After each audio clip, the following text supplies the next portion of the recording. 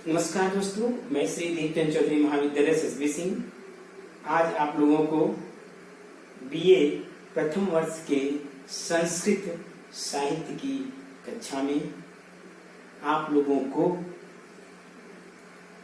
महाकवि भारवी की काव्य कला के बारे में अवगत कराऊंगा। आप लोग ध्यान से पढ़िएगा और समझिएगा, ठीक है। महाकवि भारवी बृहत्त्रयी के प्रथम कवियों में महत्वपूर्ण स्थान रखते हैं।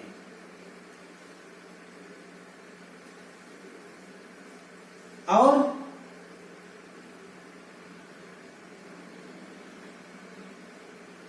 अलंकार के पुरोधा कवि कहलाते हैं।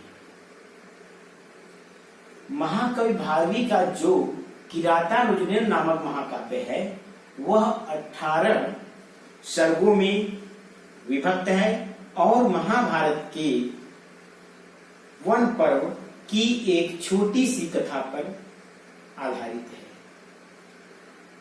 यानी महाभारत के एक छोटी सी कथा पर आधारित है, ठीक है। किरातार्जुनीय नामक महाकाव्य उनकी अब तक की सबसे प्रसिद्ध एकमात्र रचना है। संस्कृत कवियों की परंपरा को धारण करते हुए महाकवि भारवी ने अपने जीवन वृत्त के विषय में कुछ भी नहीं छोड़ा है, यानी कुछ भी नहीं लिखा है। उनका जो जीवन वृत्त है वह अज्ञात है, ठीक। अब हम महाकवि भारवी के किरातार्जुनीय की काव्य कला के बारे में चर्चा कर लेते हैं। महाकवि भारवी संस्कृत साहित्य में अलंकृत काव्य शैली के प्रवर्तक हैं। अब प्रस्तुत विधान करते हुए उन्होंने अलंकारों की सुंदर योजना की है। उनके काव्य में शब्दालंकार और अर्थालंकार दोनों का ही यथास्थान प्रयोग हुआ है।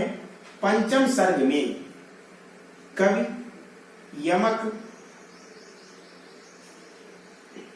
चित्रण करने में रुचि प्रदर्शित करता है। श्लेष अलंकार भी किसी न किसी अर्थालंकार का उपकारक बनकर ही प्रयुक्त हुआ है। अपने शुद्ध रूप में नहीं, समस्त 15वां सर्ग अपनी चित्रालंकारों की कारीगरी दिखाने के लिए ही लिख डाला है, ठीक। एक ही अक्षर का यह श्लोक लिखने की परंपरा की कुशलता महाकवि भारवी में विद्यमान थी। अकेले अक्षर के प्रयोग के द्वारा ही गंभीर अर्थ की अभिव्यक्ति करा देना महाकवि भारवी जैसे विद्वान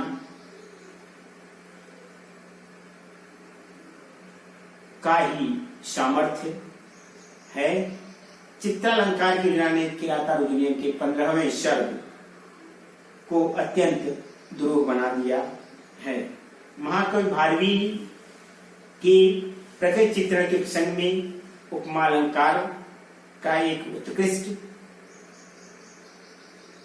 उदाहरण दिया गया है, जिनमें वन पंक्ति द्वारा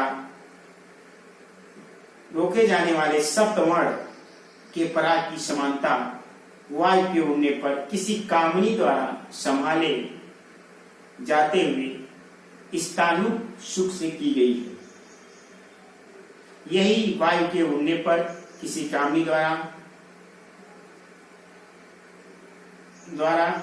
वह महाकवि भारवी का वर्णन करना उनकी अद्वितीय कुशलता थी। इसी कारण उन्हें संस्कृत साहित्य के विद्वानों द्वारा आठपत्र की उपाधि से अलंकृत किया गया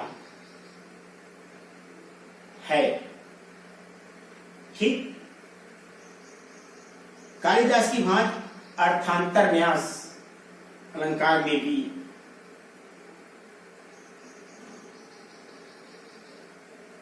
महाकवि भारवी बेजोड़ हैं।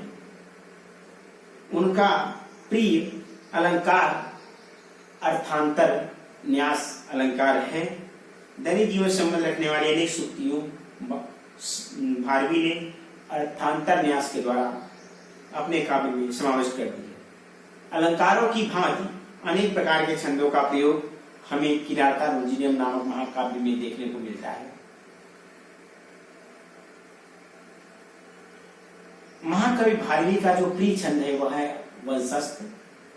जतो तु वंशस्थ मुदीरितम जरौ। महाकवि भारवी का जो प्रिय छंद है वह वंशस्थ, क्योंकि किराता रोजिनियम नामक महाकाव्य वंशस्थ छंद में लिखा गया है। ठीक, अब हम अन्य छंदों में जैसे उद्गाता, प्रहवड़ी, प्रजाति, बैताली, स्वागता, बसंत तिलका आदि के नाम लिए जा सकते हैं। सर के अंत में कथा एक अंश की समाप्ति पर महाकाव्य के अनुसार प्रायः छंद परिवर्तित किए गए हैं। ठीक, निष्कर्ष रूप में हम कह सकते हैं कि महाकवि भारवी की जो काव्य कला थी, जो काव्य का कौशल था, वह अपनी काव्यगत विशेषताओं के कारण संस्कृत साहित्य में महाकवि भारवी